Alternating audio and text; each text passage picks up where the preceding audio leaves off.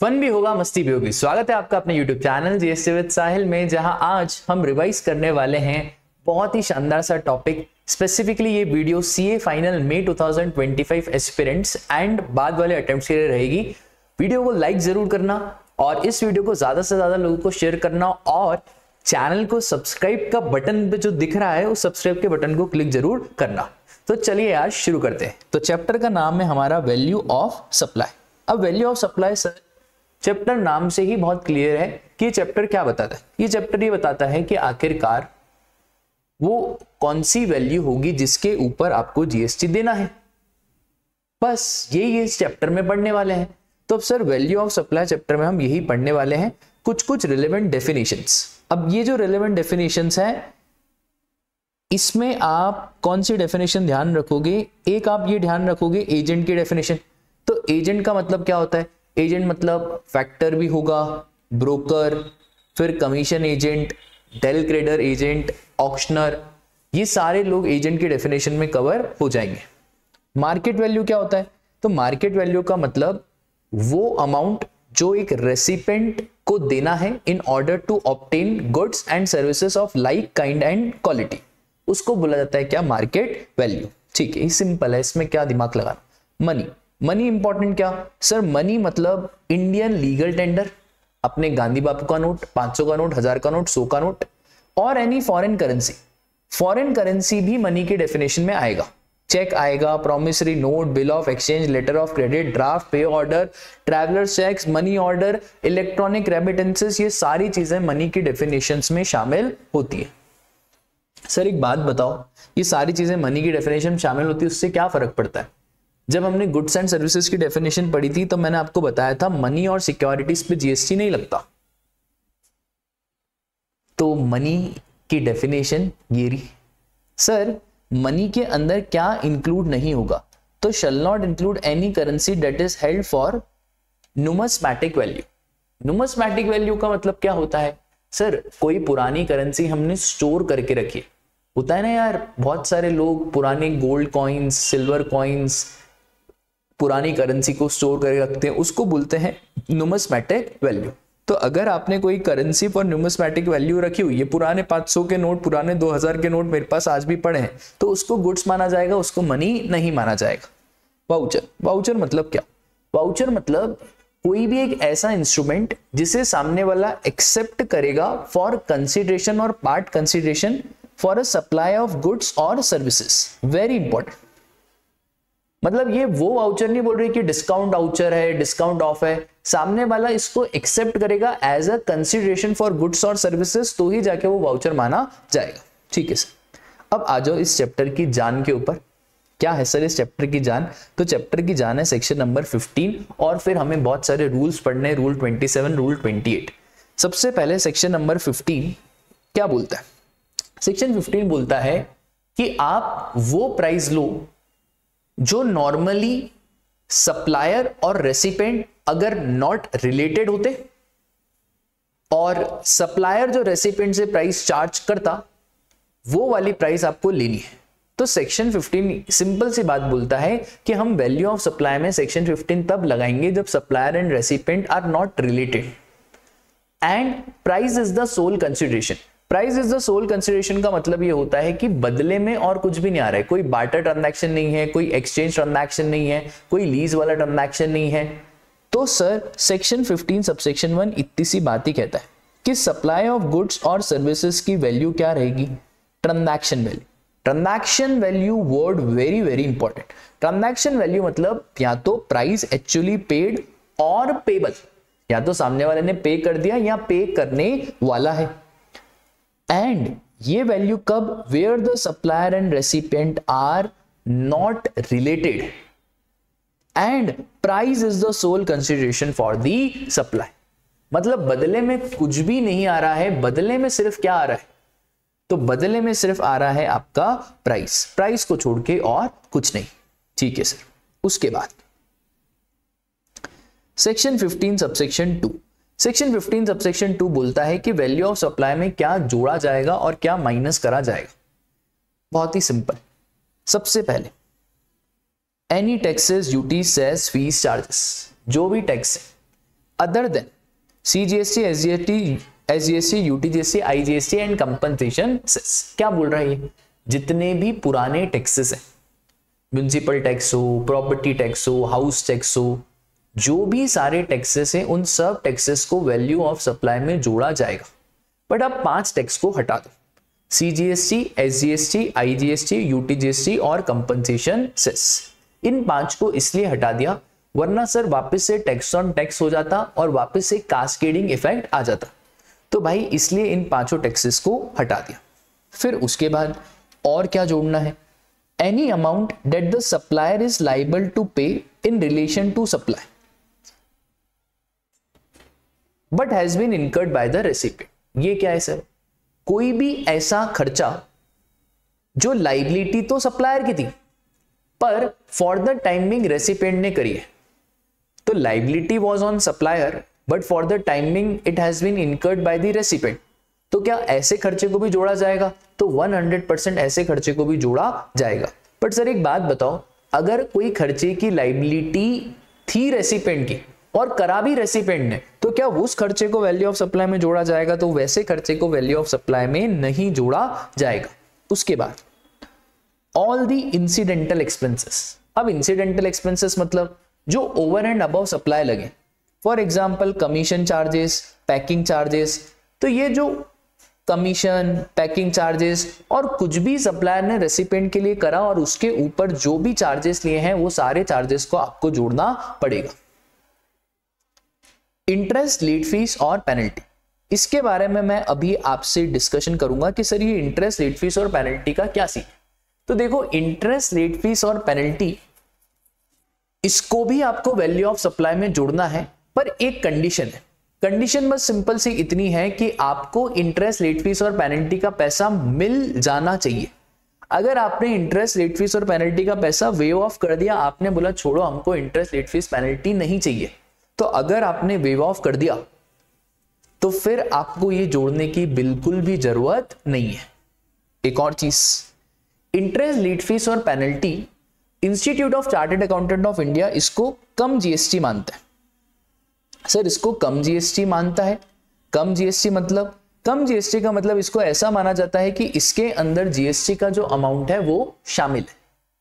ठीक है, तो जब भी इंटरेस्ट, लेट फीस और पेनल्टी अगर आपको क्वेश्चन में दिखे तो आपको क्या करना पड़ेगा? Interest multiply by 100 upon 100 plus GST का रेट, ताकि आपका वो वाला वैल्यू आ जाए जिसके ऊपर से जीएसटी हटा हुआ है। उसके बाद अगला पॉइंट है सर सब्सिडी। अब बाय डिफॉल्ट सब्सिडी को जोड़ा जाएगा बट 2 सब्सिडी को हटा देना। कौन सी सब्सिडी? एक तो वो सब्सिडी जो सेंट्रल गवर्नमेंट और स्टेट गवर्नमेंट ने दी है। तो अगर आपको सब्सिडी सेंट्रल गवर्नमेंट और स्टेट गवर्नमेंट ने दी है तो उस सब्सिडी को हटा दो। और एक और चीज, अगर सब्सिडी प्राइस लिंक्ड नहीं है, अगर सब्सिडी प्राइस लिंक्ड नहीं है मतलब देखो, प्राइस लिंक सब्सिडी मतलब फॉर एग्जांपल मैं जो कोचिंग पढ़ा रहा हूं उसकी फीस है सपोज करो 10,000 रुपीज। अब गवर्नमेंट ने बोला साहिल सर हम आपको इसके ऊपर सब्सिडी देना चाहते हैं, हम आपको जो आपसे बच्चे पढ़ेंगे उनको हम सब्सिडी देना चाहते हैं। मतलब बहुत बढ़िया, 2,000 रुपए हम आपको दे देते हैं, आप इन प्यारे प्यारे नन्हे नन्हे बच्चों से सिर्फ 8,000 रुपीज लो। मैंने बोला ठीक है, मैं बच्चों से 8,000 रुपीज लूंगा, आप मुझे 2,000 दे देना। ये हो गया सब्सिडी प्राइस लिंक्ड कि मेरी कोचिंग की फीस से लिंक्ड है। अब सपोज करो गवर्नमेंट बोल रही है सर हम आपको ऐसे सब्सिडी नहीं देंगे, हम आपको पूरा स्टूडियो बना के देंगे। मतलब स्टूडियो बनाने में तो 5 लाख का खर्चा आता है, तो गवर्नमेंट बोल रही 3 लाख रुपए हम देंगे। मतलब बहुत बढ़िया, अच्छा ये भी सब्सिडी का पार्ट है, पर ये वाली सब्सिडी की बात नहीं कर रहे हैं हम। कौन सी सब्सिडी की बात कर रहे हैं? Subsidy directly linked to price. तो वो सब्सिडी जो प्राइस से लिंक्ड है, एक्सक्लूडिंग क्या sir? Excluding the subsidy provided by central and state government. ठीक है, ध्यान रहेगा कि ये। चलो सर उसके बाद 15(2) में ये सारी बातें हो गई। अब 15 सबसेक्शन 3 क्या बोलता है? 15 सबसेक्शन 3 बात करता है डिस्काउंट। बिल्कुल ध्यान से सुनना कि यार डिस्काउंट में क्या जोड़ना है और क्या माइनस करना है। तो सबसे पहले इन्होंने बोला वो डिस्काउंट जो before the time of supply दिया हुआ है, या eight the time of supply दिया है, तो उस डिस्काउंट को तो आप माइनस कर दो विदाउट एनी हेजिटेशन।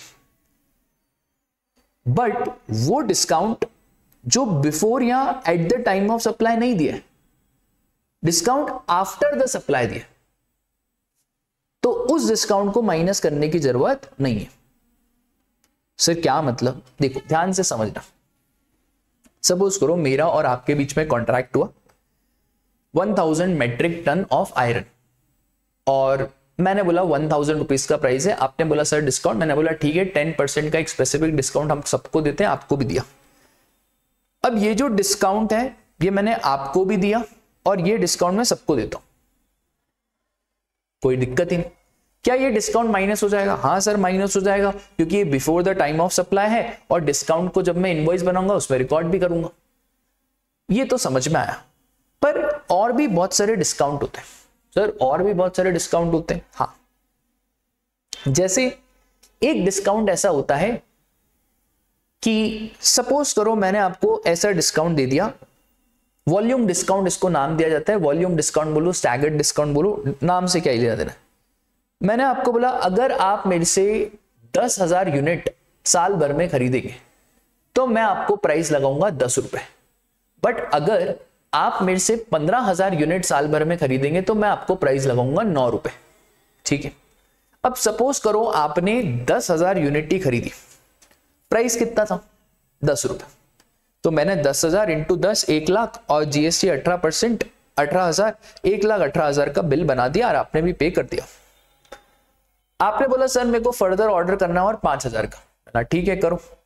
अब आपके मन में रहेगा कि यार सर आपने ही बोला था कि अगर 10,000 तो 10 रुपए और अगर 15,000 तो 9 रुपए। बोला हाँ यार, बट वो 10,000 की बिलिंग तो पहले ही हो गई है। तो बोला सर बिलिंग को रिवाइज करो और क्रेडिट नोट बना के दो। तो मैंने बोला ठीक है, मतलब मुझे 10,000 में से 10 रुपए चार्ज करने थे क्या? मुझे 10,000 इंटू 9 चार्ज करने थे, पर मैंने 10,000 इंटू 10 चार्ज कर दिए। इसका मतलब 10,000 इंटू 1 रुपए मुझे और कम चार्ज करने पड़ेंगे, इतने का मुझे डिस्काउंट देना पड़ेगा। बट आपने भी तो आईटीसी लेके रखा है ना, आपने कितने का आईटीसी लेके रखा है? 18,000 का।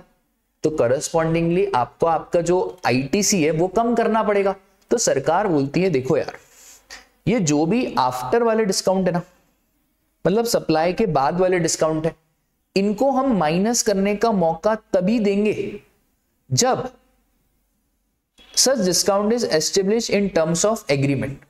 सबसे पहले तो सप्लायर और रेसिपिएंट दोनों का एग्रीमेंट होना चाहिए, और दूसरा जो इनपुट टैक्स क्रेडिट है वो सामने वाला रिवर्स कर दे। अगर सामने वाला ये वादा कर दे कि मैं आईटीसी रिवर्स कर दूंगा तो भैया कोई दिक्कत की बात ही नहीं है। अगर दोनों कंडीशन फुलफिल होती हैं तो ही हम पोस्ट सप्लाई डिस्काउंट को माइनस करेंगे। और इनफैक्ट अगर बहुत ही ब्रीफ में बोलूं तो 3 कंडीशन है। कौन कौन से 3 कंडीशन? पहला तो discount should be specifically linked to relevant invoices. दूसरा, ये जो डिस्काउंट है इस डिस्काउंट का एग्रीमेंट में लिखा होना बहुत जरूरी है, क्योंकि एग्रीमेंट में नहीं लिखा होगा तो प्रॉब्लम हो जाएगी। और तीसरा, जो रेसिपिएंट है वो करस्पॉन्डिंगली आईटीसी रिवर्स कर दे। तो अगर ये तीनों कंडीशन फुलफिल हो जाएगी तो कोई दिक्कत की बात नहीं है, तो हम आपको पोस्ट सप्लाई डिस्काउंट में माइनस करने देंगे। सर बाय डिफॉल्ट अगर आपको एग्जाम में पोस्ट सप्लाई डिस्काउंट दिख रहा है तो आपको माइनस करने की कोई भी जरूरत नहीं है, ठीक है। वो अगर कंडीशन फुलफिल करी तो हम माइनस कर देंगे। उसके बाद 15 सबसेक्शन 4 15 सबसेक्शन 4 बोलता है कि अगर आपकी वैल्यू 15 सबसेक्शन 1 में नहीं निकल पा रही है तो फिर हम उस वैल्यू को निकालेंगे in the manner as may be prescribe. As may be prescribe जब बोल दिया इसका मतलब है फिर हम जाएंगे रूल्स के ऊपर और फिर हम रूल्स का सहारा लेंगे।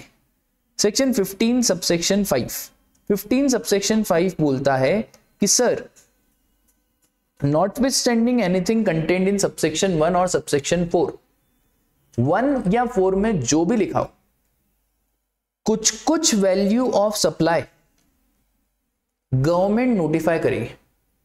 और अगर कुछ वैल्यू ऑफ सप्लाई से गवर्नमेंट ने नोटिफाई करा, सपोज करो गवर्नमेंट ने बोल दिया इसका वैल्यू ऑफ सप्लाई ऐसे ही निकलेगा, तो फिर उस केस में आपको दिमाग नहीं लगाना, जो गवर्नमेंट ने बोला बस वही सत्य हो जाएगा। ठीक है, बस हो गया सेक्शन 15 खत्म। ठीक है, अब सर इसको याद कैसे रखेंगे, इसको आप ऐसे ध्यान रखो, ये जो 15(2) है ना, इसका एक निमोनिक बना लो। निमोनिक बहुत सिंपल है, इडियट्स, बहुत सिंपल, इडियट्स हो तुम गधे हो अभी तुम्हें मालूम नहीं है।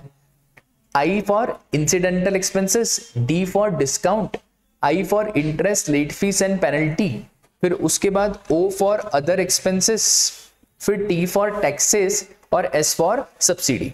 बस हो गया।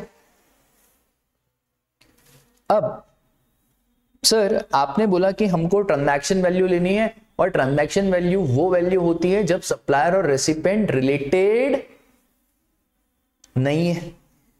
Sir person shall be deemed to be related person if, ये एज इट इज वही डेफिनेशन जो हमने पढ़ी थी, बताओ कौन से चैप्टर में, सप्लाई चैप्टर में।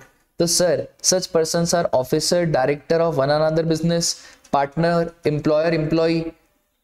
एक यहाँ पे एक अमेंडमेंट भी है कि एनी पर्सन डायरेक्टली ओन 25% और more of outstanding voting stock और shares of both of them. ये क्या था भैया, अगर ए लिमिटेड बी लिमिटेड में 25% होल्ड करता है और यही ए लिमिटेड सी लिमिटेड में 30% होल्ड करता है, तो जो बी और सी है ये भी आपस में क्या कहलाएंगे, रिलेटेड पर्सन कहलाएंगे। बोलो माता रानी की जय। उसके बाद वन ऑफ देम डायरेक्टली और इनडायरेक्टली कंट्रोल्स द अदर, एक डायरेक्टली या इनडायरेक्टली दूसरे को कंट्रोल कर रहा है। Both are controlled by third person, together they control a third person और they are the member of same family. Sir person में लीगल पर्सन्स भी आ जाएंगे, लॉयर वॉयर्स भी आ जाएंगे। Sir sole agent, sole distributor, sole concessionaire, ये भी रिलेटेड पार्टी की डेफिनेशन में आ जाएगा। ठीक है सर, फैमिली, फैमिली कितनी बार बताऊं राजा, फैमिली में spouse and children always the part of family, brother, sister, parents, grand parents, ये फैमिली का पार्ट तभी बनेंगे व्हेन दे आर होली और mainly dependent on the said person. ठीक है, अब सिंपल सी बात, टीसीएस, ये टीसीएस क्या है sir, TCS is tax collected at source. TCS को वैल्यू ऑफ सप्लाई में इंक्लूड नहीं करना है। आप लोगों को इनकम टैक्स एक्ट बहुत अच्छे से आता है, तो हम टीसीएस के बारे में ज्यादा डिस्कशन नहीं करेंगे। टीसीएस एक इंटरिम लेवी है, टीसीएस कोई फाइनल लेवी नहीं है। ठीक है, तो इसलिए टीसीएस को कभी भी वैल्यू ऑफ सप्लाई में नहीं जोड़ा जाता है। ठीक है, फिर ये वाली पॉइंट की बात हमारी हो ही चुकी थी, interest, late fee, penalty. Sir ये जब जुड़ेगा जब आपको मिलेगा, और जब आपको मिलेगा इसको हम ऑलवेज क्या मानेंगे, इंक्लूसिव ऑफ जीएसटी मानेंगे। ठीक है, फिर एक सिंपल सा सर्कुलर है, incentive paid by MeitY to acquiring bank under promotion of RuPay and low value भीम card are in the nature of subsidy and thus not taxable. तो बस इतना सा आपको ध्यान रखना है, not important from exam point of view. Discount का चार्ट बहुत इंपॉर्टेंट है कि भैया अगर at the time of supply discount दिया है,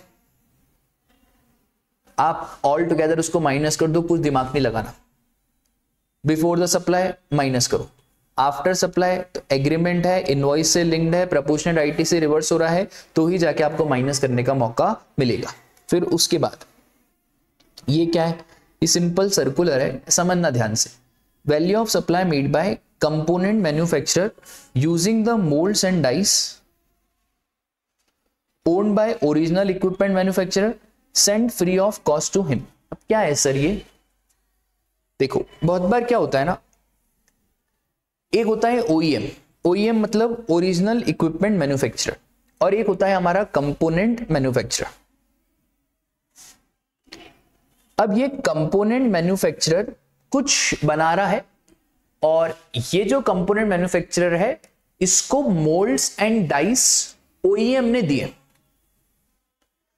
ओईएम मतलब ओरिजिनल इक्विपमेंट मैन्युफैक्चरर। डाउट ये आया कि ये जो मोल्ड्स एंड डाइस ओईएम ने दिए हैं कंपोनेंट मैन्युफैक्चरर को, तो क्या कंपोनेंट मैन्युफैक्चरर को वैल्यू ऑफ सप्लाई में इस मोल्ड्स एंड डाइस का प्राइस भी जोड़ना चाहिए? तो इन्होंने बोला भाई ये दोनों कोई रिलेटेड पार्टीज तो नहीं है। हाँ ये बात भी सही है, और इनका जो कॉन्ट्रैक्ट हुआ है उस कॉन्ट्रैक्ट में भी ऐसा कुछ स्पेसिफिक कंडीशन लिखी नहीं हुई है। तो इन्होंने स्पेसिफिकली ऐसा बोला कि जो मोल्ड्स एंड डाइस है इसको वैल्यू ऑफ सप्लाई में ऐड करने की बिल्कुल भी जरूरत नहीं है, because cost of molds dies was not to be incurred by component manufacturer। तो इसका मोल्ड डाइस का कॉस्ट कंपोनेंट मैन्युफैक्चरर को इनकर करना ही नहीं था, वो तो ओईएम को ही देना था। तो अगर ओईएम को ही देना था, ओईएम ने ही दिया, तो फिर आपको वैल्यू ऑफ सप्लाई में नहीं जोड़ना। बट अगर ओईएम और कंपोनेंट मैन्युफैक्चरर का कॉन्ट्रैक्ट ऐसा था कि आप मोल्ड्स एंड डाइस देंगे और फिर ही जाके हम काम शुरू करेंगे, तो भैया अगर ऐसा कॉन्ट्रैक्ट है जहां पे मोल्ड्स एंड डाइस ओईएम को देना ही है कंपलसरी, तो फिर आपको उस मोल्ड्स एंड डाइस की अमोर्टाइज कॉस्ट को जोड़ना पड़ेगा। लेट इज डेप्रिसिएशन के बाद जो कॉस्ट है उसको आपको जोड़ना पड़ेगा। ठीक है, बहुत बढ़िया सर। अब आ जाओ आप किसके ऊपर, वैल्यूएशन रूल्स के ऊपर। अब सबसे पहले वैल्यूएशन रूल्स कब लगाना है? अगर price soul consideration for supply नहीं है, मतलब बार्टर ट्रांजैक्शन है, एक्सचेंज ट्रांजैक्शन है, बदले में और कुछ भी आ रहा है, आप कूद ही मारो किधर, रूल्स के ऊपर। सप्लायर और रेसिपेंट रिलेटेड है, अगर सप्लायर और रेसिपेंट रिलेटेड है तो भी आप कूद ही मारो किधर, रूल्स के ऊपर। अगर सरकार ने नोटिफाई करके रखा है अंडर सेक्शन 15 सबसेक्शन 5, तो भी आप कूद ही मारो किधर, रूल्स के अंदर। और अगर ये कुछ भी नहीं है तो आप नॉर्मल वैल्यू निकालोगे as per section 15 subsection 1। Sir rules आखिरकार बोलते क्या? अरे बड़े जानदार रूल से मजा आ जाए। सबसे पहले रूल नंबर 27। अब देखो रूल नंबर 27 क्या बोलता है कि हम गुड्स और सर्विसेज की वैल्यू कैसे निकालेंगे where the consideration is not wholly in money. समझना ध्यान से। सर ये रूल 27 कहां का लगेगा? तो बार्टर ट्रांजैक्शन में लगेगा, C2C कमोडिटी, एक्सचेंज ट्रांजैक्शन में लगेगा।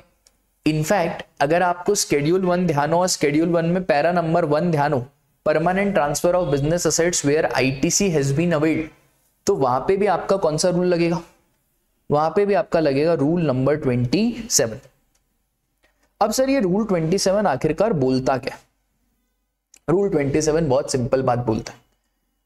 रूल 27 बोलता है कि यार अब सामने वाला कुछ, सपोज करो, इसको एग्जाम्पल के थ्रू लेते हैं तो ये आपको समझ में आएगा। सपोज करो ऐसी सपोज कर लो, उसमें क्या, हाँ ठीक है। सपोज करो मैं एक लैपटॉप लेने गया डमरू भैया से, तो मैंने बोला डमरू भैया लैपटॉप है क्या? उन्होंने बोला हाँ हाँ है। अच्छा मेरे पास पैसे नहीं थे, तो मैंने बोला यार डमरू भैया एक काम करो, आप ये मेरा मोबाइल ले लो, प्लस जैसे तैसे करके मैंने 2-3 हजार रुपए जुगाड़ करे, तो मैंने बोला डमरू भैया मोबाइल प्लस 3 हजार रुपए आप ले लो। तो डमरू भैया ने बोला ठीक है, आपकी भी मजबूरी है हमारी भी मजबूरी है, लाओ मोबाइल प्लस 3 हजार। मैंने बोला ठीक है डन। अब मैं और डमरू भैया बड़े डाउट में कि साला जीएसटी किस पे दे। तो अब सबसे पहले तो मैं बोलूंगा देखो डमरू भैया एक बात बताओ। क्या बताओ डमरू भैया एक बात? ये कॉपी दिख रही है क्या आपको? कि डमरू भैया, ओ डमरू भैया आप एक काम करो ना, अगर ये लैपटॉप मुझे छोड़ के किसी और को देते तो कितने में देते? तो डमरू भैया ने बोला देखो साहब ये लैपटॉप का नॉर्मल प्राइस है 45,000। तो मैंने बोला बस हो गया डमरू भैया, इसके ऊपर ही जीएसटी लगेगा। इस वैल्यू को बोला जाता है open market value of such supply. ठीक है सर। दूसरा डाउट, डमरू भैया ने बोला साहब ये लैपटॉप अभी आया है ताजा ताजा, पहला पीसी आपको बेच रहा हूं। बोला यार डमरू भैया फिर तो आपने किसी को बेचा नहीं है। मतलब इसको क्या प्राइस में बेचने का सोच रहे हो? बोले साहब अभी तो सोचा भी नहीं है, अभी तो डब्बा ही खोला है। तो मैंने बोला देखो डमरू भैया अब आपके एंड से तो बाजी हार गए। मैंने आपको क्या दिया? मैंने आपको मोबाइल फोन दिया प्लस पैसे दिए। मैंने बोला मेरे मोबाइल फोन की कीमत मालूम है क्या डमरू भैया? अभी हम कैशिफाई पे चेक करते हैं। तो हमने कैशिफाई पे चेक करी और मोबाइल फोन की कीमत निकली 28,000 प्लस 3,000 रुपए कैश। तो 28 प्लस 3,000 कितना हो गया? 31,000 हो गया। बहुत बढ़िया। सर एक बात बताओ, दोनों ही अगर फेल हो जाते, मतलब डमरू भैया भी फेल हो गए और आपका मोबाइल फोन बिल्कुल एंटिक, ऐसा एंटिक डमरू भैया बोले यार ये तो मोबाइल फोन में कैमरा खींचते तो वीडियो बन जाता है, और वो भी पता नहीं कौन कौन सा, गूगल पे क्या सर्च करते हैं कौन सा डब्बा खुल जाता है, बोले तो एंटिक मोबाइल है, ये तो भविष्य दिखा रहा है। मतलब अरे डमरू भैया मैं आपको क्या बताऊं, ये सब बता देता है मोबाइल। भाई अब तो दिक्कत हो गई, इसकी वैल्यू कैसे निकालें, ये तो लाखों करोड़ों में एक है। क्या इसके 1 करोड़ रुपए वैल्यू निकाल के डमरू भैया को बोले 1 करोड़ रुपए जीएसटी, तो डमरू भैया बोलेंगे भाई नीचे है मोबाइल। तो सर ना ओपन मार्केट वैल्यू फिट बैठ पा रही है, ना क्लॉज बी फिट बैठ पा रहा है। अब क्लॉज सी बोलता है भाई एक काम करो, ऐसा का ऐसा लैपटॉप सेम कॉन्फ़िगरेशन का अगर कोई दूसरी कंपनी बेच रही है, कॉन्फ़िगरेशन सेम होना चाहिए, वो क्या वैल्यू में आप बेचते हो। तो डमरू भैया ने बोला साहब धंधे रोजी की कसम खा के बोल रहा हूं, ये जो लैपटॉप आया ना, ये laptop same to same Sony company बनाती है, और ये सोनी कंपनी 40,000 में बेचती है, और मैं मन ही मन में सोच रहा था कि मैं भी इसको कस्टमर को 40,000 में ही टिकाऊंगा। इसको बोलते हैं क्या, लाइक काइंड एंड क्वालिटी। और अगर ये भी नहीं मालूम पड़ रहा तो फिर आप लगाएंगे रूल नंबर 30 और rule number 31 as the case may B.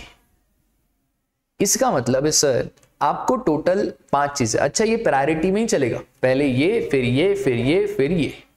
तो first is what, open market value of such supply है अवेलेबल, बहुत बढ़िया। नहीं है अवेलेबल तो जो रेसिपिएंट सप्लायर को दे रहा है प्लस कैश। थर्ड दोनों ही नहीं है तो जो लाइक काइंड एंड क्वालिटी वो ले लो, और अगर ये भी नहीं है तो फिर आपको लगाना पड़ेगा रूल नंबर 30 और रूल नंबर 31। ठीक है, ये हो गया अपना रूल 27। उसके बाद रूल नंबर 28। रूल नंबर 28 बात करता है डिस्टिंक्ट और related person other than through agent. मतलब सर आप बात कर रहे हो स्केड्यूल 1 पैरा नंबर 2 है ना, पैरा नंबर 2 की तो बात कर रहा हूं मैं, और पैरा 2 के साथ साथ पैरा नंबर 4 की भी बात कर रहा हूं। तो पैरा 2 क्या बोलता था सर, पैरा 2 बोलता था supply of goods and services between related person और distinct person in the course और फर्दरेंस ऑफ बिजनेस। एक तो इसकी बात कर रहा हूं, और दूसरा इंपोर्ट ऑफ सर्विसेज, तो इंपोर्ट ऑफ सर्विसेज की भी बात कर रहा हूं। एजेंट वाली बात नहीं कर रहा हूं, पैरा नंबर 3 की बात अभी नहीं कर रहा हूं। ये बोलते हैं कि भैया देखो डिस्टिंक्ट और रिलेटेड पर्सन के केस में सप्लाई तो बनता है, भले कंसिडरेशन नहीं हो, पर वैल्यू ऑफ सप्लाई कैसे निकालेंगे। तो ये बोलते हैं भैया हमने अभी रूल 27 बनाया ना, as it is cut copy paste rule number 28। Open market value of such supply, open market value of like kind, rule 30 rule 30। Sir sir sir बोलो बेटा, सर यहां पे एक चीज तो खाई गए, हाँ सही पकड़े, बी वाला पॉइंट तो यहां पे है ही नहीं। सर मिस प्रिंटिंग हुई है क्या किताब में, कोई मिस प्रिंटिंग नहीं हुई। बी वाला पॉइंट यहां पे इसलिए नहीं है क्योंकि डिस्टिंक्ट और रिलेटेड पर्सन के केस में रेसिपिएंट की तरफ से कुछ आता ही नहीं है। तो तभी लॉ मेकर ने बोला कि यहां पे हम बी वाला पॉइंट रख के करेंगे क्या। तो रूल 28 बड़ा ही स्पेसिफिक एक ही बात बोलता है, क्या बोलता है भाई ये तो सेम है open market value of such supply, फिर लाइक काइंड एंड क्वालिटी, पर यहां पे कोई वो नहीं आएगा क्योंकि यहां पे रेसिपिएंट की तरफ से कुछ आएगा ही नहीं। ठीक है, और रूल 30 एंड रूल नंबर 31। अब देखो ध्यान से समझना, बड़ा इंपॉर्टेंट पॉइंट, बहुत ही इंपॉर्टेंट। ये ऐसा बोलते हैं कि सपोज करो, क्या सपोज करें सर, है ना, सपोज करना यहां पे महाराष्ट्र एंटिटी है, यहां पे एमपी वाली एंटिटी है। इस महाराष्ट्र ने एमपी वाली एंटिटी को 1 लाख रुपए का माल भेजा। इस एमपी ने इसको फर्दर कस्टमर को बेच दिया, सपोज करो 1,10,000 में।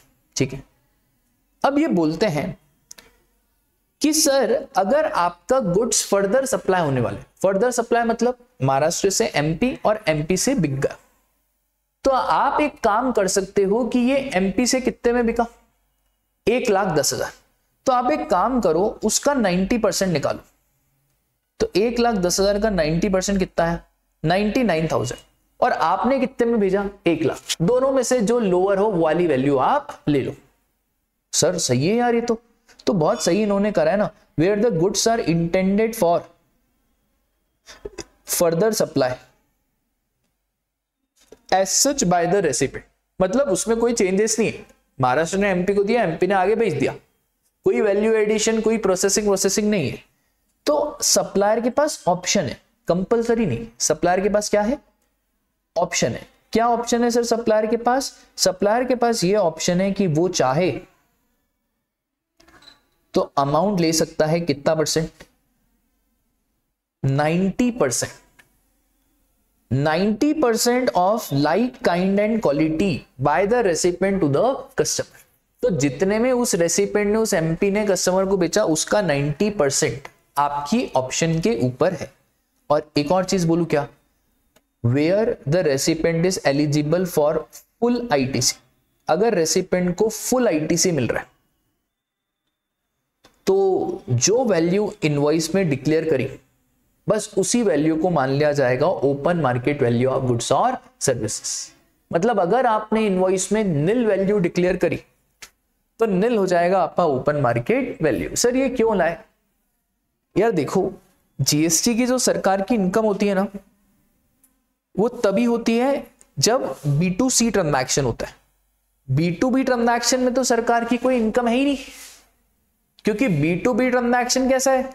इसने जीएसटी लगाया, ये आईटीसी क्लेम करेगा, इसने जीएसटी लगाया, ये आईटीसी क्लेम करेगा। तो यार सरकार को भी मालूम है अननेसेसरी वर्किंग कैपिटल ब्लॉक करके क्या ही जा रहा है।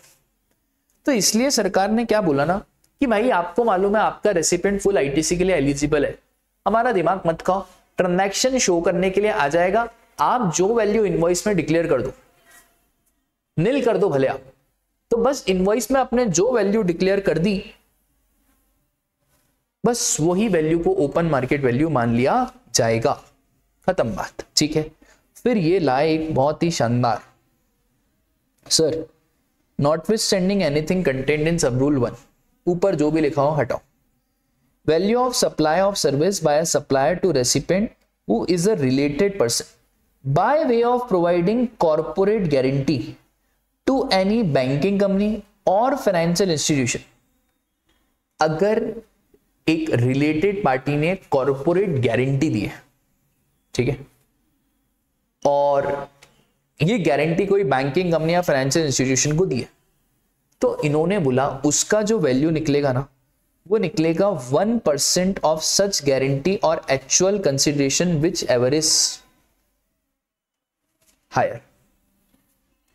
इसका मतलब है अगर आपसे सामने वाले ने सपोज करो 1 भी रुपया चार्ज नहीं करा पर गारंटी 1.5 करोड़ की, तो भले पैसा चार्ज नहीं करा, 1.5 करोड़ का कितना परसेंट? 1%। सर सपोज करो सामने वाले ने हमसे पैसा चार्ज करा तो 1% ऑफ गारंटी ऑफर्ड और actual consideration whichever is higher. अब इसमें ना मुझे आपको कुछ क्वेश्चंस कराने, वो भी पता है ICAI के मॉड्यूल के। मैं इसलिए क्वेश्चंस करा रहा हूं क्योंकि गारंटी को आए हुए 2-3 अटेम्प्ट्स हो चुके हैं, बट इंस्टीट्यूट इस गारंटी के ऊपर बार बार रिपीटेडली क्वेश्चंस पूछ रहा है। तो सर हम करेंगे क्या गारंटी पे क्वेश्चंस? हाँ सर।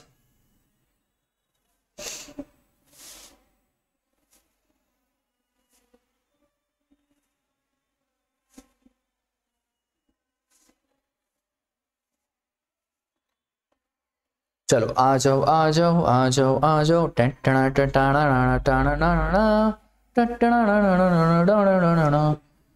गया भाई, कहाँ गया भाई, कहाँ गया भाई, कहाँ गया, किधर गया भाई, किधर गया भाई, किधर गया भाई, किधर गया, किधर गया, किधर गया।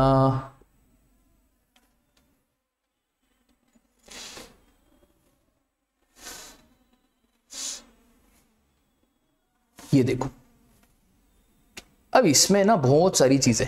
Guarantee, sir where the recipient is eligible for full ITC, मैंने पहले ही बता दिया, if recipient is eligible for full ITC तो जो इनवॉइस में वैल्यू डिक्लेयर करी वही हो जाएगी आपकी ओपन मार्केट वैल्यू। अब यहां पे देखो, लोन ओनली पार्टली अवेल्ड और नॉट अवेल्ड एट ऑल। भाई पार्टली अवेल्ड या नॉट अवेल्ड, उसे कोई देना देना नहीं है। अगर सामने वाला पैसे नहीं भी दे रहा है तो भाई जितना अमाउंट गारंटी का दिया है उसके हिसाब से 1%, डिसबर्समेंट कितना हुआ उससे हमें कोई फर्क नहीं पड़ता। डिसबर्स नहीं भी हुआ तो भी कोई दिक्कत की बात नहीं है, हमने कितने की गारंटी दी है वो इंपॉर्टेंट। सर टेक ओवर हो गया एग्जिस्टिंग लोन, एक बैंक से दूसरे बैंक में लोन ट्रांसफर हुआ, सर ये कोई सप्लाई का ट्रांजैक्शन ही नहीं है, ये तो सिर्फ असाइनमेंट है, जो पहले से कॉर्पोरेट गारंटी इशू हुई है बस उसका असाइनमेंट है, नॉट इंपॉर्टेंट। फिर इंट्रा ग्रुप कॉर्पोरेट गारंटी, तो सर अगर इंट्रा ग्रुप कॉर्पोरेट गारंटी है तो फॉरवर्ड चार्ज मैकेनिज्म में जीएसटी लगेगा। फिर सर अगर कॉर्पोरेट गारंटी फॉरेन पार्टी से आई है for a related party located in India तो भाई इंपोर्ट ऑफ सर्विसेज से रिवर्स चार्ज मैकेनिज्म में टैक्स लग जाएगा। एक्सपोर्ट है तो एक्सपोर्ट के केस में तो कोई जीएसटी वेस्टी की बात नहीं होगी। उसके बाद ये बहुत इंपॉर्टेंट है कि सर अगर 5 साल के लिए गारंटी दी तो क्या 1% नहीं राजा, 1% मल्टीप्लाई बाय 5 टोटल कितना परसेंट हो गया 5%। सर अगर 6 महीने के लिए गारंटी दी तो 1% इंटू 6/12, तो जितनी गारंटी दी बस उसके हिसाब से हो जाएगा। ठीक है सर।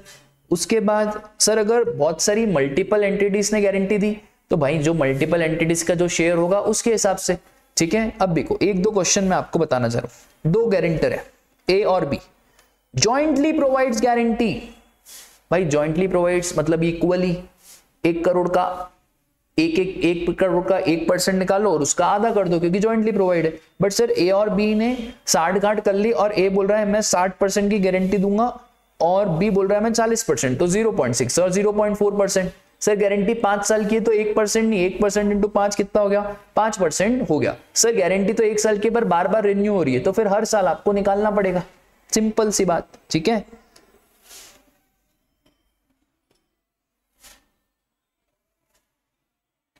आ जाओ आगे आ जाओ। ये देखो कितना शानदार डायग्राम, ये और ये मैंने अब शॉर्ट में भी लिखा हुआ है। ठीक है। ये सब मैंने शॉर्ट में लिखा हुआ है। ये वाली चीज भी अब मैं आपको बता ही देता हूं। This is personal guarantee by the director to the banks. अब देखो यार क्या होता है ना, बहुत बार डायरेक्टर अपनी इंडिविजुअल कैपेसिटी में कंपनी को गारंटी देता है, मतलब गारंटी तो बैंक को देता है बट कंपनी के बिहाफ में देता है। अब लॉ मेकर बोलता है कि इसका वैल्यू कैसे निकाले, पर लॉ मेकर से पहले आरबीआई बोलता है।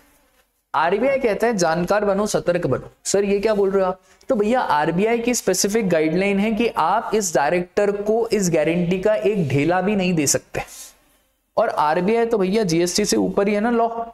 तो अगर आरबीआई ने बोल दिया कि आप डायरेक्टर को एक पैसा नहीं दे सकते हो तो इसकी ओपन मार्केट वैल्यू हो गई निल, और जब इसकी ओपन मार्केट वैल्यू हो गई निल तो फिर इसके ऊपर कोई जीएसटी की बात नहीं होगी।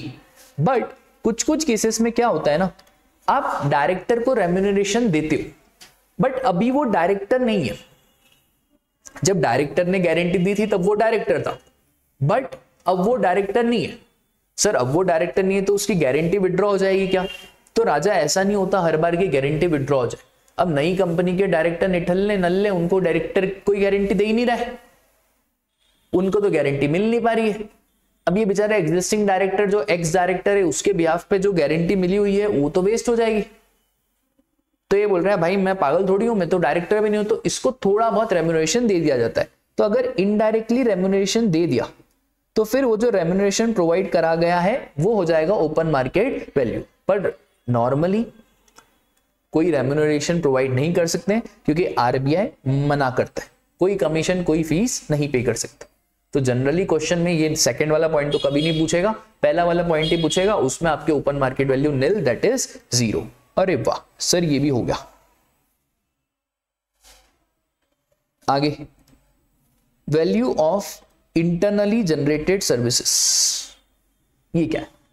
बहुत simple, where HO is providing certain services to branch offices or where the foreign affiliate is providing certain services to the related domestic entity। ठीक है भाई, एचओ कोई सर्विसेज दे रहा है ब्रांच ऑफिसर्स को, ठीक है, या कोई फॉरेन अफिलिएट है वो सर्विसेज दे रहा है। सबसे पहला case, where full ITC is available.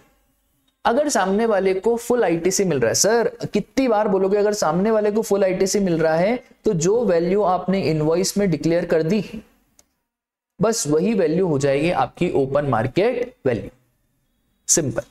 अब एक और डाउट आया कि सर अगर इनवॉइस इशू नहीं करा, तो भाई अगर इनवॉइस इशू नहीं करा तो ओपन मार्केट वैल्यू हो जाएगी आपकी निल, simple.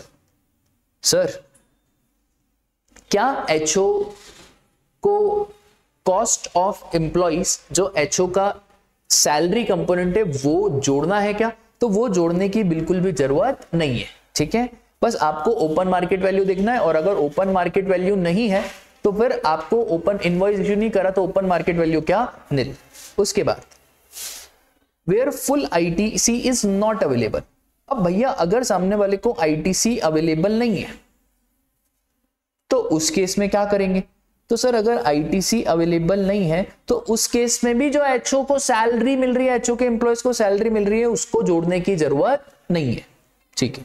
Sir import of service as it is same, जो वैल्यू इनवॉइस में डिक्लेयर करी वही ओपन मार्केट वैल्यू, और अगर इनवॉइस इशू नहीं है तो ओपन मार्केट वैल्यू निल, ठीक है। बट इंपोर्ट ऑफ सर्विसेज में रेसिपिएंट को रिवर्स चार्ज में टैक्स देना पड़ेगा, सिंपल। ये हो गया, ये भी हो गया, ये भी हो गया। उसके बाद रूल नंबर 29। अब देखो रूल नंबर 29 क्या बोलता है। रूल 29 बड़ा ही सिंपल सा रूल है, वो बात करता है प्रिंसिपल और एजेंट के बीच की। अब प्रिंसिपल और एजेंट के बीच में क्या ट्रांजैक्शन है? यहाँ पे प्रिंसिपल है और यहाँ पे एजेंट है। ये बोलता है एक काम करो, सबसे पहले तो आप ले लो open market value of goods supply. तो जो ओपन मार्केट वैल्यू है वो ले लो, और अगर ओपन मार्केट वैल्यू अगर आपको नहीं मिल रही तो आप एक काम करो, जो एजेंट फर्दर कस्टमर को कंज्यूमर को बेचेगा उसका 90% ले लो। तो सपोज करो एजेंट कंज्यूमर से कितने चार्ज कर रहा है?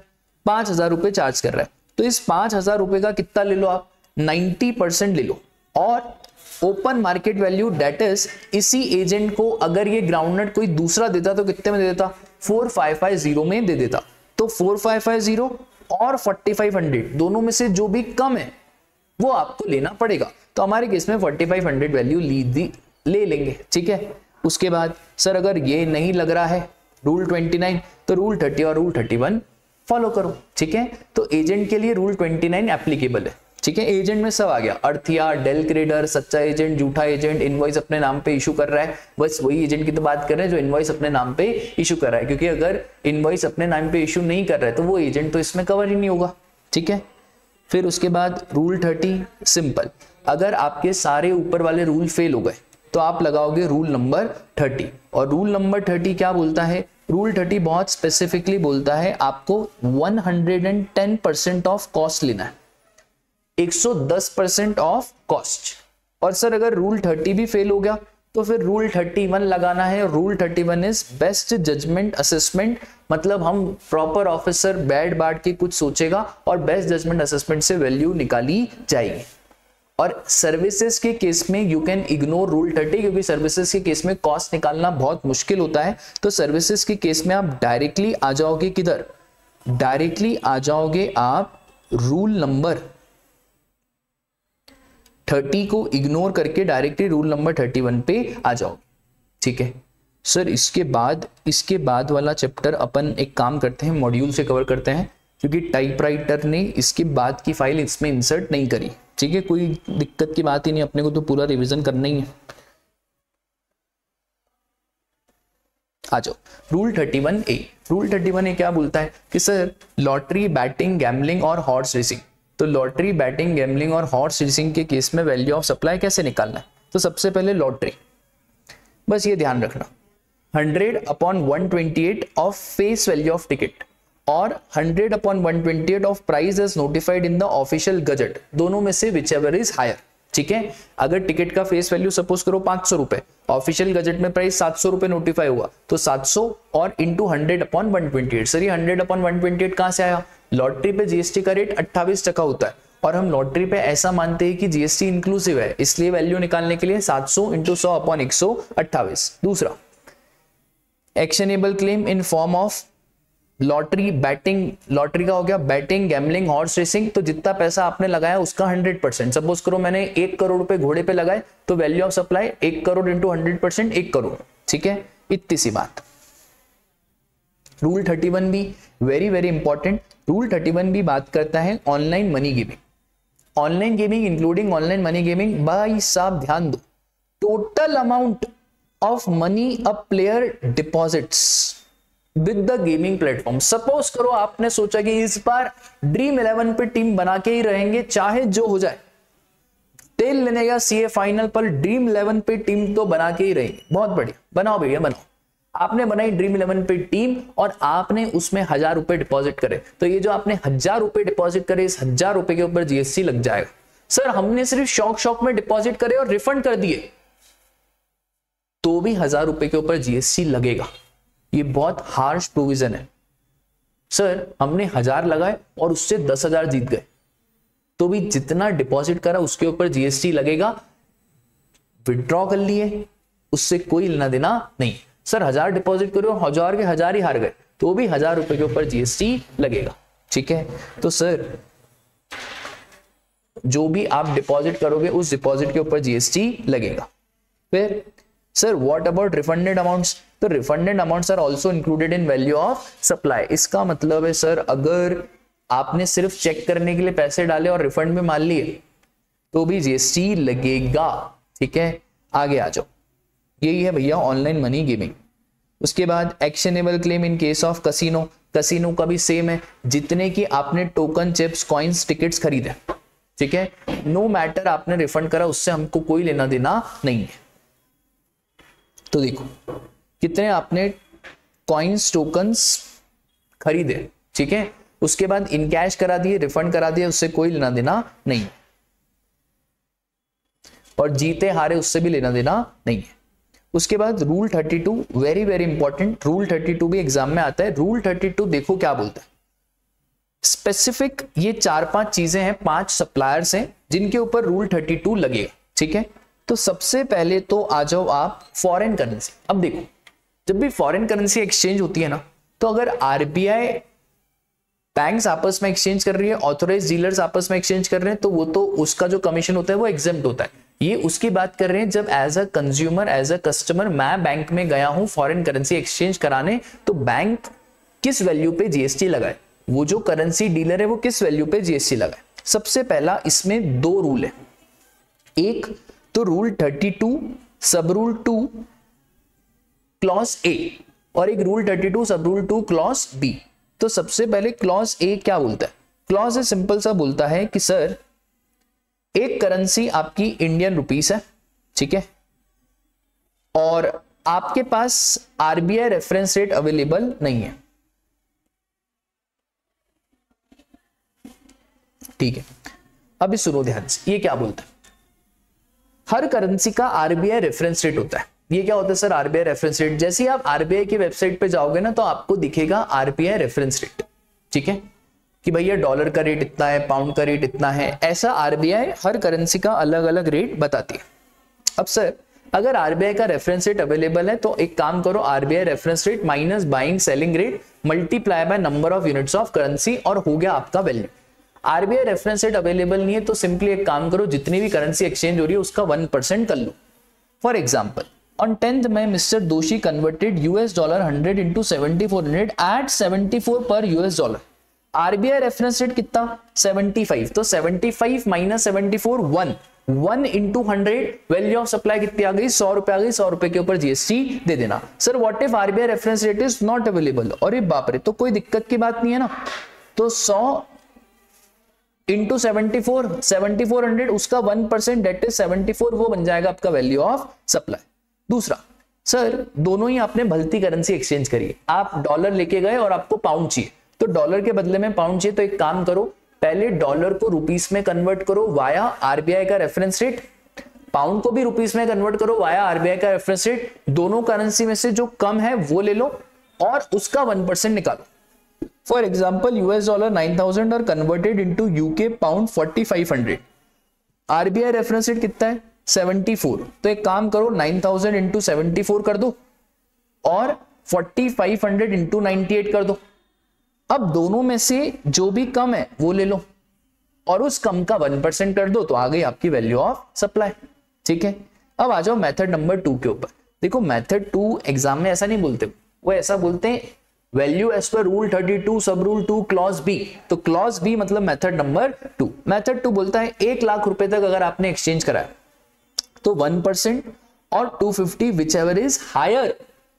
अगर 1 लाख से ज्यादा है और 10 लाख रुपए तक है तो 1000 plus 0.5% of gross amount of currency exchange minus 1 lakh. ये समझाऊंगा क्या है। और अगर 10 लाख से ज्यादा है तो 5500 प्लस 0.1% और 60,000 विच एवर इज लोअर। अब ये आया कैसे, देखो आप सपोज करो 1 लाख तक करा रहे तो 1 लाख का 1% कितना हुआ 1000, तो आगे कितना आ गया 1000। सपोज करो आप 10 लाख तक करा रहे मैक्सिमम, तो राजा 1 लाख का 1% तो 1000, 1 लाख और 10 लाख का डिफरेंस हुआ 9 लाख और 9 लाख का 0.5% कितना हो गया 4500। तो 4500 और 1000 कितना हो गया 5500।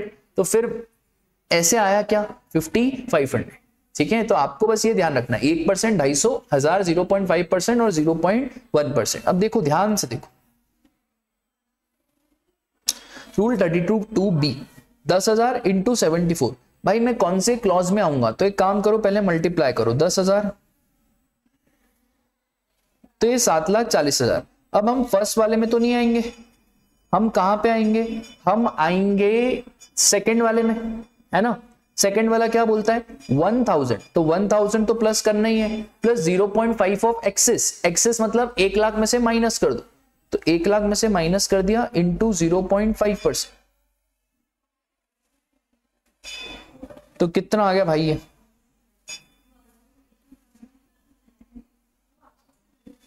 4,200। सिंपल, इतना सही बस ध्यान रखना है। ठीक है, अब सपोज करो 2 मिनट के लिए कि हम इस $10,000 के साथ थोड़ा सा खेलते हैं। सपोज करो $15,000 है, यही सेम रेट, तो 15,000 इंटू 74 कितना हो गया 11,10,000। भाई मैं कौन से क्लॉज में फॉल कर रहा हूं, मैं थर्ड वाले क्लॉज में फॉल कर रहा हूं। 11,10,000 5500 प्लस 0.1% ऑफ एक्सेस, तो 11,10 में से माइनस कर दो 10 लाख, इसका 0.1% प्लस 5500। ठीक है सर, अगर ये ज्यादा से ज्यादा कितना आ सकता था, मतलब अगर ये 70,000 आ जाता तो भी मैक्सिमम वैल्यू आपको कितनी लेनी है 60,000। ऊपर हायर है और नीचे क्या है लोअर। ठीक है, बस इतनी सी बात आपको ध्यान रखनी है। उसके बाद आगे आ जाओ सर, एयर ट्रेवल एजेंट बहुत ही बच्चों जैसा। डोमेस्टिक एयर ट्रेवल है तो 5% ऑफ बेसिक फेयर, और अगर इंटरनेशनल है तो 10% ऑफ बेसिक फेयर। ज्यादा दिमाग लगाने की जरूरत नहीं है। फिर उसके बाद ये देख लो, डोमेस्टिक अदर चार्जेस एक्सेस नहीं, बस डोमेस्टिक फेयर का 5% और इंटरनेशनल में ये वाले फेयर का 10%। सर 5-10 क्यों करा, अरे इंटरनेशनल में ज्यादा कमीशन बचता है, डोमेस्टिक में कम कमीशन बचता है। उसके बाद लाइफ इंश्योरेंस। अब देखो लाइफ इंश्योरेंस सुनना ध्यान से, लाइफ इंश्योरेंस में राजा 2 बातें होती, एक तो रिस्क कवर होता है और एक इन्वेस्टमेंट होता है। और इन्वेस्टमेंट हो तो सिक्योरिटी से, उस पर जीएसटी कैसे लगेंगे, तो सिर्फ रिस्क कवर के ऊपर जीएसटी लगता है। बट अब बहुत बार क्या होता है ना, सामने पॉलिसी होल्डर जो रहता है वो बिल्कुल अनअवेयर रहता है, उसको पता ही नहीं रहता है कि रिस्क कवर में पैसा कितना जा रहा है, इन्वेस्टमेंट में कितना जा रहा है। और बहुत बार इंश्योरेंस कंपनी बता देती है कि रिस्क कवर में कितना है और इन्वेस्टमेंट में कितना है, तो ऐसा डर तो रहता ही है। तो सबसे पहला क्या है, दोनों चीजें, रिस्क कवर भी है और इन्वेस्टमेंट भी है। पर अगर आपने पॉलिसी होल्डर को बता के रखा है तो एक काम करो, जितना भी प्रीमियम आपने कलेक्ट करा उस प्रीमियम में से माइनस कर दो। क्या माइनस कर दोगे, प्रीमियम में से माइनस कर दो जो अमाउंट इन्वेस्टमेंट के लिए अलोकेट हुआ है। उसके बाद अगर सिंगल प्रीमियम एन्युटी पॉलिसी, तो अगर सिंगल प्रीमियम एन्युटी पॉलिसी है तो फिर जितना भी आपका प्रीमियम है उसका 10% कर दोगे तो आपका काम हो जाएगा। अदर केसेस है तो अदर केसेस में काम करो, पहले साल में ज्यादा कमीशन बचता है तो 25% ऑफ प्रीमियम, और सब्सिक्वेंट ईयर्स में कम बचता है तो 12.5% ऑफ द प्रीमियम। और सिर्फ रिस्क कवर है तो पूरा प्रीमियम ही आपका जीएसटी के दायरे में आ जाएगा। अपन एक क्वेश्चन कर लेते, देखो Aryan thus charged gross amount of 180 lakh from policy holders. 100 lakh have been allocated for investment. If amount allocated for investment has been intimated, तो ऑलरेडी बता दिया है, तो 180 में से 100 लाख गए, 80 लाख हो गया value of supply. Amount allocated for investment has not been intimated, तो आपने इंटीमेट नहीं करा, तो इंटीमेट नहीं करा तो अगर पॉलिसी का पहला साल है तो 180 लाख का 25%, और अगर सब्सिक्वेंट ईयर है तो फिर 12.5%। ओहो, इन्होंने तो बता दिया कि पहला साल है तो 180 लाख का 25%। If gross premium is only towards risk cover, तो पूरा का पूरा ही आपके ऊपर जीएसटी लग जाएगा, पूरे 180 लाख के ऊपर ही जीएसटी लग जाएगा। आई बात समझ में है? सिंपल तो क्वेश्चन है। फिर आ जाओ, उसके बाद अगला मुद्दा है हमारा सेकेंड हैंड गुड्स के ऊपर। बड़ा ही सिंपल सा मुद्दा है। देखो बहुत बार क्या होता है ना, जब सेकेंड हैंड गुड्स खरीदते हैं तो जनरली सेकेंड हैंड गुड्स उनसे खरीदा जाता है जो अनरजिस्टर्ड होते हैं। अब इसका वैल्यू कैसे निकालें? अब दिक्कत इस बात की है कि मैं अनरजिस्टर्ड से खरीद रहा हूं, वो तो जीएसटी चार्ज करेगा नहीं, पर मैं बेच रहा हूं जीएसटी लगा के, तो मेरे को तो आईटीसी मिलेगा नहीं, तो मेरा तो नुकसान हो गया। तो लॉ मेकर बोलते हैं काम करो ना, जीएसटी वैसे आपको वैल्यू एडिशन पे लगाना है, आप उससे जितने में लेके आए, सपोज करो आप उससे 50,000 में लेके आए, आपने 60 में बेच दिया, तो 60 में से 50 गए 10,000, 10,000 के ऊपर जीएसटी लगा लो, आपकी भी प्रॉब्लम क्या हो गई? सॉल्व हो गई। सर सपोज करो हम 50,000 में लाए और बेचा 40 में, तो भाई इसके ऊपर फिर कोई जीएसटी नहीं लगेगा। ठीक है सर, बीच में हमने कोई रिपेयर का खर्चा कराया, वो सब इग्नोर करो, इतना दिमाग लगाने की जरूरत नहीं है। यही है। तो value of second hand goods when ITC is not availed, मतलब सामने वाला अनरजिस्टर्ड है तो आप आईटीसी लोगे कैसे? तो when ITC is not availed, selling price minus purchase price, purchase price ज्यादा है, इग्नोर द नेगेटिव वैल्यू। फिर आईटीसी इज अवेल्ड, तो जैसा नॉर्मल वैल्यूएशन होता है, जैसा सेक्शन 15 बोलता है, हम वैसे ही करेंगे। देखो, a company deals in buying and selling of second hand cars, एक सेकेंड हैंड कार खरीदी 3 लाख रुपए में, 30,000 रुपए रिपेयर मेंटेनेंस पे लगाए, उससे कोई लेना देना नहीं है। 3 लाख की चीज 3.5 लाख में बेच दी, company does not avail any ITC, तो 3.5 लाख में से 3 लाख गए, 50,000, इस 50,000 के ऊपर जीएसटी लग जाएगा। सिंपल। आगे, old and use motor vehicle, very very important, कि सर बहुत बार ये देख रहे हो गाड़ी, ये old and use motor vehicle की बहुत सारे ऑक्शंस होते हैं, बैंक्स बिकवाती है, तो इस केस में कैसे वैल्यू निकालें? In case of registered person who has claimed depreciation, अगर आपने इनकम टैक्स एक्ट में डेप्रिसिएशन क्लेम करा है तो वैल्यू पता है कैसे निकलेगी? कंसीडरेशन रिसीव्ड, सपोज करो बेचने के बाद आपको 8 लाख रुपए मिले और उसका जो इनकम टैक्स एक्ट के हिसाब से डेप्रिशिएटेड वैल्यू था 6 लाख, तो 8 लाख में से 6 लाख गए 2 लाख, पर सर डेप्रिशिएटेड वैल्यू ज्यादा था, 12 लाख था, 8 लाख में बेची, तो 8 में से 12, 4 लाख नेगेटिव, उसको इग्नोर करो। फिर इन एनी अदर केस, वही selling price minus purchase price, ignore the negative value. ITC availed है तो नॉर्मल वैल्यूएशन आपको करना पड़ेगा। ये सर बहुत बार क्या होता है ना, लोन जो होता है ना,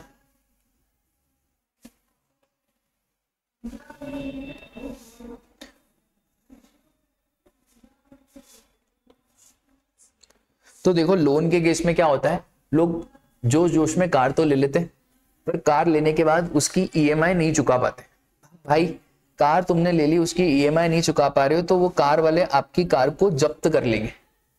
ठीक है, अब सपोज करो आपने जो कार ली थी वो ली थी 1 अप्रैल 2024 को, 10 लाख रुपए का आपने लोन कराया और आप नहीं पे कर पाए ईएमआई, तो आपकी कार ये लेके गए पता है कब? 15 मार्च 2025 को एक कार लेके चले गए, रीपजेस कर ली, और उसके बाद इन्होंने कार को बेच दिया। कब बेच दिया इन्होंने इस कार को? इस कार को इन्होंने बेच दिया सपोज करो 15 मार्च 2026 को इन्होंने इस कार को बेच दिया। कितने में बेच दिया? 8 लाख रुपए में बेच दिया। अब सुनो ध्यान से, ये बोलते हैं भाई जीएसटी तो लगेगा, सेलिंग प्राइस कितनी? 8 लाख। अब सर सेलिंग प्राइस 8 लाख और परचेज प्राइस तो ज्यादा नहीं भाई, परचेज प्राइस में डेप्रिसिएशन आपको माइनस करना पड़ेगा। कितना डेप्रिसिएशन? 5% पर क्वार्टर और पार्ट देयर ऑफ। कहां से शुरू होगा? 1/4/2024 से शुरू होगा और कहां पे खत्म होगा? 15 मार्च 2026। बस आपको यहां से यही याद रखना है कि शुरू होगा जब ओरिजिनल कार खरीदी थी और खत्म कब होगा पीरियड? जब इन्होंने कार बेची। कब रीपोजेस करी उससे कोई लेना देना नहीं है, ठीक है। तो देखो ना यार ध्यान से, purchase value, purchase price in the hands of such borrower reduced by 5% for quarter or part thereof between date of purchase and date of disposal, ठीक है। और अगर डिफॉल्टिंग बोरोवर रजिस्टर्ड है तो सर फिर तो जैसा नॉर्मल वैल्यूएशन होगा वही होगा, फिर वहां पे कोई परचेस प्राइस में से रिडक्शन नहीं होगा, ठीक है, क्योंकि फिर तो वो डेप्रिसिएशन वाला फंडा लग जाएगा। आई बात समझ में, ये ध्यान रखना है ना। आज तक इंस्टीट्यूट ने इसके ऊपर क्वेश्चन नहीं पूछा है पर पूछ सकते हैं, सर इसको पूरा करवाओ ना, हाँ चलो कर लेते पूरा। तो 1/4/24 से 15 मार्च 26 कितने क्या क्वार्टर हो गए, 24-25 के 4 क्वार्टर और 25-26 के 4 क्वार्टर, क्योंकि part of the quarter is also considered full quarter, तो 8 क्वार्टर। तो 5% एक क्वार्टर का रेट, 8 क्वार्टर का 40%, तो 10 लाख में से 40% गया 6 लाख आया, तो 8 लाख सेलिंग प्राइस, 8 लाख में से 6 लाख गए 2 लाख, बस उस 2 लाख के ऊपर जीएसटी लग जाएगा। फिर वाउचर स्टैम्प्स कूपन, अब वाउचर स्टैम्प्स कूपन में एक बात याद रखना, जितना इनका रिडम्पशन वैल्यू है बस वही वैल्यू ऑफ सप्लाई, कितने का वाउचर है उससे लेना देना नहीं है, कितने में रिडीम हो सकता है उससे लेना देना है।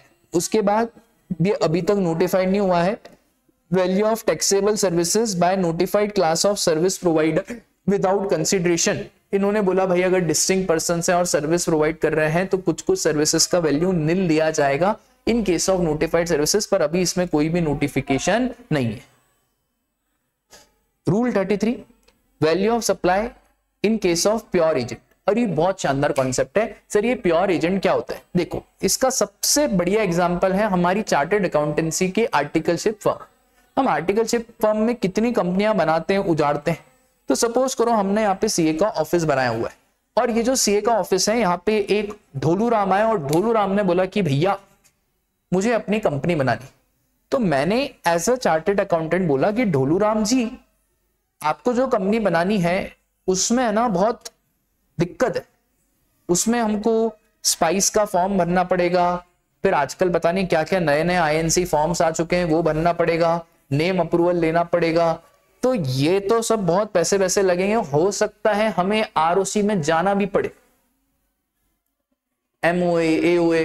तो ढोलू राम ने बोला कितनी फीस, तो मैंने बोला देखो Dholu Ram ji ministry of corporate affairs में जो फॉर्म्स की फीस है वो है 10,000 रुपीज, ऊपर से जो मेरे प्रोफेशनल चार्जेस है वो है 5,000 रुपीज। अब डाउट ये आया कि जीएसटी कितने पे लगेगा, तो लॉ मेकर ने बोला कि Sahil sir you are acting as a pure agent, मैं as a pure agent act कर रहा हूं, तो वैल्यू ऑफ सप्लाई में ये 10,000 रुपए को हटा दो और सिर्फ 5,000 रुपए के ऊपर जीएसटी लगेगा। तो this is just sort of reimbursement. और बहुत सारे बच्चे जो ऑडिट में रीइंबर्समेंट खेलते हैं वो मेरी बात को कनेक्ट कर पा रहे होंगे, करा हुआ है नहीं करा है कभी ऐसा ऑडिट में, मतलब हमने तो आर्टिकलशिप में बहुत करा है, और जब हम बिग 4 में थे तो भी हमने बहुत करा है कि क्लाइंट के खर्चे पे घूमो फिरो मजे करो और बाद में रीइंबर्समेंट मारने का। तो सर बस यही है क्या हमारा प्योर एजेंट। तो pure agent is as it is same as reimbursement of expenses. तो प्योर एजेंट के खर्चे में क्या जोड़ना है, तो प्योर एजेंट के खर्चे में आपको ध्यान रखना है कि कोई भी खर्चा जो आपने एज अ प्योर एजेंट करा है उसको जोड़ने की बिल्कुल भी जरूरत नहीं है, ठीक है। अब इसमें ना एक बहुत सही चीज हुई, सपोज करो मैं ऑडिट पे गया और मैंने बहुत सारे खर्चे करे प्योर एजेंट के बिहाफ, ट्रैवलिंग का भी खर्चा है, होटल एक्सपेंसेस, क्या इसको भी प्योर एजेंट का खर्चा माने? तो यार लॉ मेकर ने बोला यार ये तो आपकी अय्याशियां चल रही, ट्रैवलिंग, फ्लाइट से आना जाना, 5 स्टार होटल में रुकना, तो ये सारे जो खर्चे हैं ना ये पर्सनल नेचर के खर्चे हैं, इसको हम प्योर एजेंट के खर्चे नहीं माना जाएगा, और इसको प्योर एजेंट का खर्चा नहीं माना जाएगा, मतलब इसको जोड़ा जाएगा, ठीक है। और ये प्योर एजेंट का मतलब क्या होता है ये पढ़ लेना आप एक बार, ज्यादा इंपॉर्टेंट नहीं है। जो प्योर एजेंट में सबसे ज्यादा इंपॉर्टेंट है ना वो है ये, इसे travelling expenses, hotel expenses, personal expenses, ये सारे खर्चे जुड़े जाते हैं। एजेंसी इनकम वो भी जुड़ जाएगा, वही तो मेरी प्रोफेशनल फीस है। पर sir custom duty, dock dues ये मैंने एज अ प्योर एजेंट पे करा है, ठीक है। माल आया मैंने कस्टम ड्यूटी पे करी, डॉग ड्यूज पे करा, तो इसको जोड़ने की कोई भी जरूरत नहीं है, ठीक है। बस इतना सा आपको ध्यान रखना है प्योर एजेंट के केस में। एक सर्कुलर है taxability of airport levies collected by airline as a pure agent. Sir ये क्या है? बहुत ही सिंपल। देखो, एयरपोर्ट ऑपरेटर पैसेंजर को सर्विसेज देते हैं और बदले में पैसेंजर से एक फीस लेते हैं, यूजर डेवलपमेंट फीस और पैसेंजर डेवलपमेंट फीस। अब डाउट ये आया कि जो पीएसएफ एंड यूडीएफ है इसके ऊपर जीएसटी कौन देगा? जीएसटी तो लगेगा पर कौन देगा? तो हमने बोला भाई ये जो एयरलाइन है ना, ये तो working as a pure agent for airport operator, तो एयरलाइन को इसके ऊपर कोई जीएसटी देने की जरूरत नहीं है। इसके ऊपर जो जीएसटी देगा वो कौन देगा? एयरपोर्ट ऑपरेटर इसके ऊपर जीएसटी देगा। आई बात समझ में? तो बस इतनी सी बात आपको ध्यान रखनी है। उसके बाद GST on supply of electricity by real estate companies, malls to lessee और ऑक्यूपेंट्स। बहुत बार क्या होता है सर, मॉल्स वाले इलेक्ट्रिसिटी देते हैं रेंटिंग ऑफ प्रॉपर्टी के साथ साथ। भाई this is a composite supply, जहां पे जो रेंटिंग ऑफ इमूवेबल प्रॉपर्टी है वो हो गया हमारा प्रिंसिपल सप्लाई और ये जो इलेक्ट्रिसिटी है वो हो गया हमारा एंसिलरी सप्लाई। सर अगर इलेक्ट्रिसिटी का बिल अलग से बिल कराएं तो भी इसको कंपोजिट सप्लाई ही माना जाएगा। और सर अगर electricity supplied by real estate owners, resident welfare association, real estate developers as a pure agent, तो अगर एज अ प्योर एजेंट आप सर्विसेज दे रहे हो तो देन फिर वो वैल्यू ऑफ सप्लाई का पार्ट नहीं बनेगा। और सर अगर सिर्फ जितना इलेक्ट्रिसिटी का बिल आया आपने उनसे इतना ही रिकवर करा तो उसके ऊपर भी कोई जीएसटी वेस्टी की बात नहीं होगी। ठीक है, बहुत बढ़िया। सर रूल नंबर 34 बहुत ही सिंपल है कि भैया वो डॉलर का रेट कौन सा लेना है, तो गुड्स के केस में आपको डॉलर का रेट लेना है जो सीबीआईसी नोटिफाई करेगा, और सर्विसेज के केस में आपको डॉलर का रेट लेना है जो गैप आपको बताएगा। रूल 35 बात करता है कि सर अगर इंक्लूसिव दिया हो तो टैक्स अमाउंट कैसे निकालेंगे, तो tax amount simple, value inclusive of tax into GST rate upon 100 plus GST rate, खत्म। इसी के साथ हमारा वैल्यू ऑफ सप्लाई का चैप्टर भी डन डनाडन खत्म होता है। वीडियो अच्छी लगी हो तो लाइक करें, शेयर करें और ये जो नीचे सब्सक्राइब का बटन है सब्सक्राइब के बटन को क्लिक करें। Tata bye bye, take care, जय श्री कृष्णा।